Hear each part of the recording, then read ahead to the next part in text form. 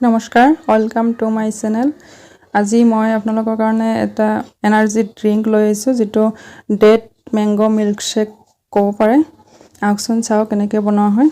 ইয়াৰ বাবে ইনগ্ৰেডিয়েণ্টছ লাগিব খেজুৰ 4টা, আম এটা, চেনিটো আপোনাৰ সোৱাদ অনুযায়ী জোখমতে ল'ব বা আমৰ টেঙা অনুযায়ী ল'ব। তাৰপিছত গাখীৰ আৰু কিচমিচ ল'ব। আহকচোন চাওঁ কেনেকৈ বনোৱা হয়। প্ৰথমে মই আমখিনি কাটি লৈছোঁ সৰু সৰুকৈ। এইখিনি মই মিক্সাৰ গ্ৰাইণ্ডাৰত দিলোঁ। খেজুৰ, চেনি আৰু গাখীৰটো মই একেলগে দিম।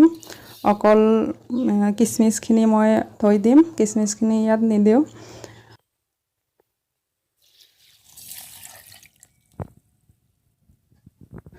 ঠাণ্ডাৰ কাৰণে ইয়াত বৰফৰ টুকুৰা নিদিব।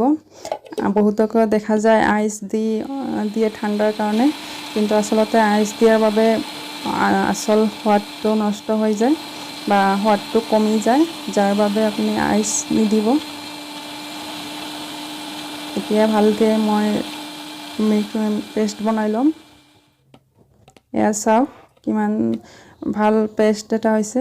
আপুনি চাব যাতে তাত কোনো ৰৈ নাযায়, গোটা গোটা ৰৈ নাযায়। একদম ফিনিছ কৰি ল'ব। এতিয়া এটা বাটিত সেইখিনি ঢালি ল'ম।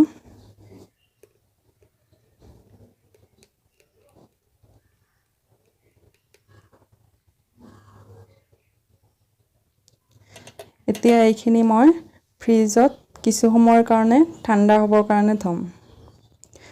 ঠাণ্ডা হোৱাৰ পিছত মই এতিয়া ছাৰ্ভ কৰিম। ছাৰ্ভ কৰাৰ সময়ত আপুনি যেতিয়া ছাৰ্ভ কৰিব তেতিয়াহে এই পেষ্টখিনি ড্ৰিংকখিনি ওলাই তাৰপিছত গিলাচত ছাৰ্ভ কৰিব।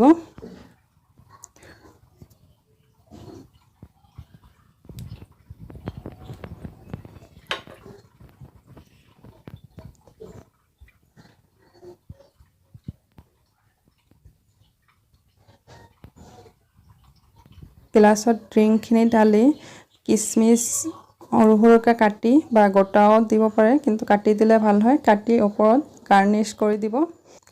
চাওক কিমান ধুনীয়া ডিলিচিয়াছ দেখাইছে। দেখাত যেনেকুৱা টেষ্টত তেনেকুৱা, আৰু এনাৰ্জিও লেভেল হাই। মোৰ এই ৰেচিপিটো ভাল লাগিলে ছাবস্ক্ৰাইব কৰিব। ধন্যবাদ, থেংক ইউ।